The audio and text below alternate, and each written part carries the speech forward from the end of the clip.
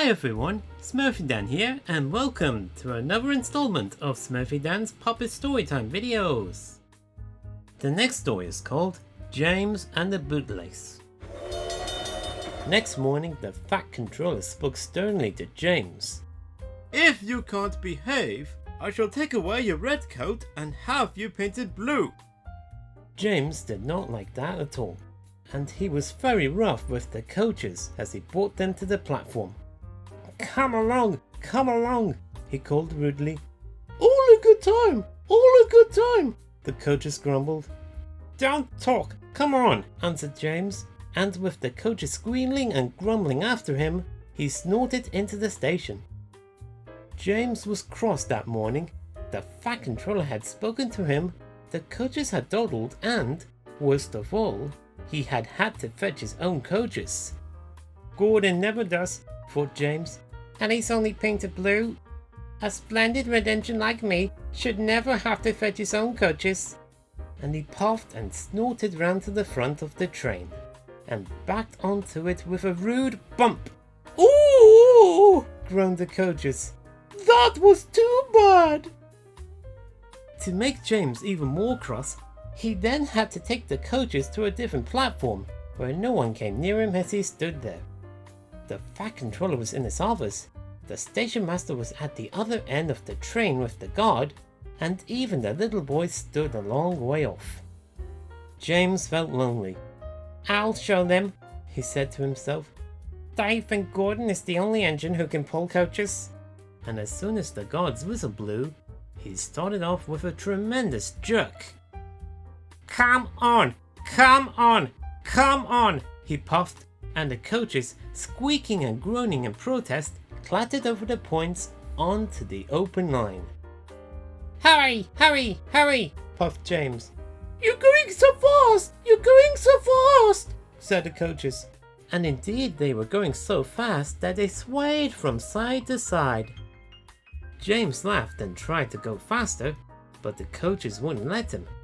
We're going to stop, we're going to stop, they said, and James found himself going slower and slower.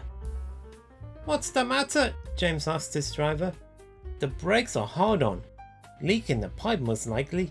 You've banged the coaches enough to make a leak in anything. The guard and the driver got down and looked at the brake pipes all along the train.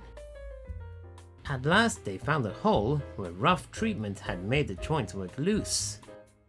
How shall we mend it? Said a guard. James's driver thought for a moment. We'll do it with newspapers and a leather bootlace. Well, where is the bootlace coming from? Asked the guard. We haven't one.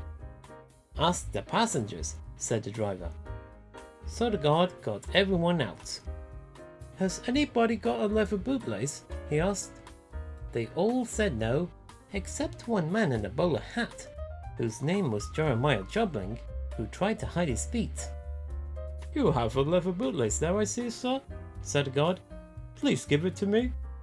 I won't, said Jeremiah Jobling. Then, said the guard sternly, I'm afraid this train will just stop where it is. Then the passengers all told the guard, the driver and the fireman what a bad railway it was. But the guard climbed onto his van, and the driver and fireman made James let off steam. So they all told Jeremiah Jobling he was a bad man instead. At last he gave them his laces. The driver tied a pad of newspapers tightly round the hole, and James was able to pull the train. But he was a sadder and a wiser James, and took care never to bump coaches again. Well, I definitely hope James had learned his lesson today. But what's going to happen next? Well, there'll always be another story for next time.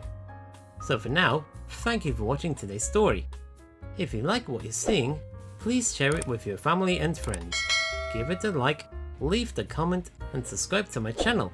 Plus, there is another video idea that I would recommend you to watch, and a playlist of all my Puppet Storytime videos. So until next time, this is SmurfyDan signing off. Stay cool everybody!